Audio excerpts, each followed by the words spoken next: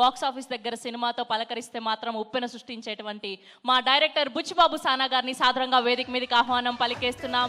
The captain of ship పెద్దిగా మన అందరినీ పలకరించడానికి సిద్ధమైపోయినటువంటి మా డైరెక్టర్ బుచ్చిబాబు సానా గారిని సాదరంగా వేదిక మీదకి ఆహ్వానం పలికేస్తున్నాం.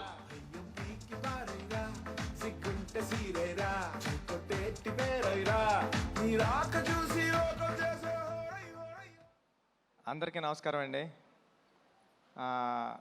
మా గురువు గారు సుకుమార్ గారికి సార్ థ్యాంక్ యూ సార్ వచ్చినందుకు. ఏం మాట్లాడడానికి ఏమీ లేదండి, సింపుల్గా చెప్పేస్తాను. ఏప్రిల్ 30ని రానందుకు క్షమించండి, జూన్ 4న వస్తున్నందుకు ఆశీర్వదించండి. Thank you so much.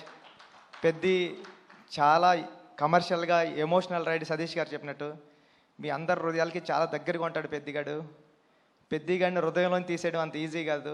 Thank you అండి, thank you so much. June 4న నా ప్రేమనంతా చరణ్ సార్ని చూద్దరు, కానీ ఈ అవకాశం ఇచ్చిన చరణ్ సార్కి థ్యాంక్ యూ సో మచ్ అండి. Thank you sir.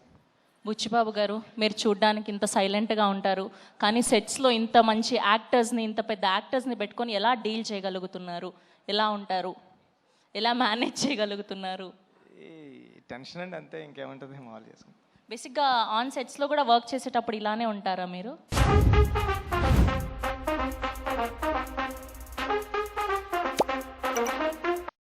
సెట్స్లో అంతే, ఇంకేముంటుంది, మామూలు చేసుకుంటాం. బేసిక్గా ఆన్ సెట్స్లో కూడా వర్క్ చేసేటప్పుడు ఇలానే ఉంటారా మీరు? ఇక్కడ అంతేండి, అక్కడ అంతేండి. సుకుమార్ గారిని అడగాలి సార్, ఇలానే ఉంటారా ఆయన సెట్స్లో కూడా వర్క్ చేసేటప్పుడు కూడా ఇంతే వినయంగా? సార్ అలాగే చెప్పండి, ఇలాగ ఉంటానండి.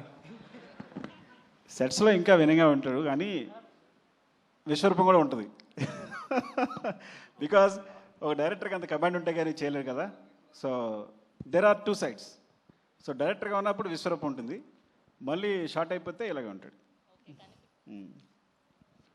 కనిపించని నాలుగో సింహం, రెండో సింహం లాగా సెట్స్లో వేరే బుచ్చిబాబు గారు కనిపిస్తారనమాట.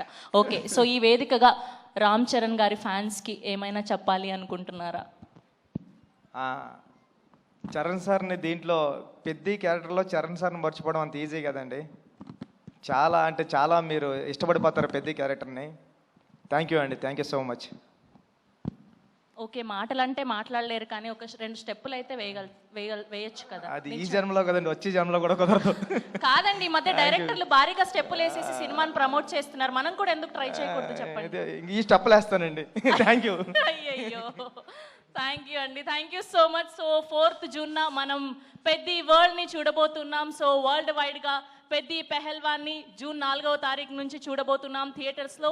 Today RPR was R Vamsi.